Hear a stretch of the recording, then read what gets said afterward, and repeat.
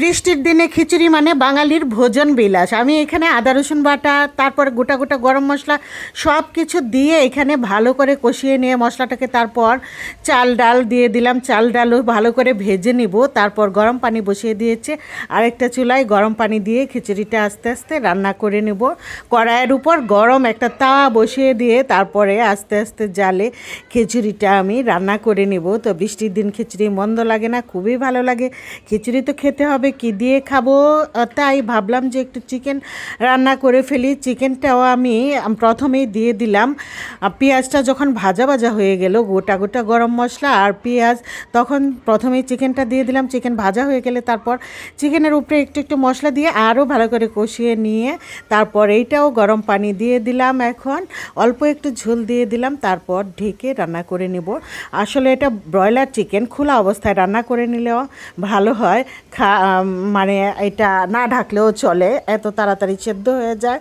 তো আদা জিরা বাটা সব কিছু, পেঁয়াজ বাটা, জিরা গুঁড়া, গরম মশলা গুঁড়া সব কিছু দিয়ে চিকেনটা রান্না করে নিয়েছি। চিকেনটা কিন্তু বেশ মজার ছিল। আরেকটা কিসের যেন বিরিয়ানি মশলা মনে হয় করা ছিল ঘরে, গুঁড়ো করা, ওইটা একটুখানি দিয়ে দিয়েছিলাম। আজকে চিকেনটা একটু অন্যরকম লেগেছে, মজা লেগেছে খেতে। আর এইখানে হচ্ছে চিংড়ি ভুনা করব। চিংড়ি মাছ দিয়ে তেলের মধ্যে দিয়ে একটু ভেজে নেব প্রথমে, তারপর চিংড়িগুলো সাইড করে রেখে এখানেই এই তেলের মধ্যেই পেঁয়াজটা দিয়ে কষিয়ে নিয়ে মশলা দিয়ে তারপর চিংড়ি মাছটা এভাবেই রান্না করে নেব। তো চিংড়ি মাছ হচ্ছে ভাত দিয়ে খেতে বেশি ভালো লাগে আমার কাছে। রাত্রে এটা ভাত দিয়ে খাবো, তার জন্য রান্না করে রাখা। আর এইখানে হচ্ছে কাঁকরোল ভাজি করে নিচ্ছি, এটাও ভাতের সাথে ভালো যায়, খিচুড়ির সাথেও খাওয়া যায়, খারাপ না। চিংড়ি মাছও খাওয়া যায়, সবই খাওয়া যায় খিচুড়ির সাথেও।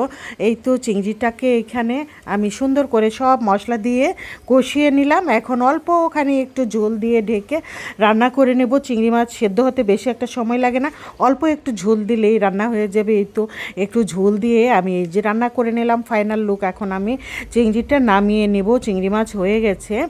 তো চিংড়িটা খেতে বেশ মজা ছিল মাশাল্লাহ।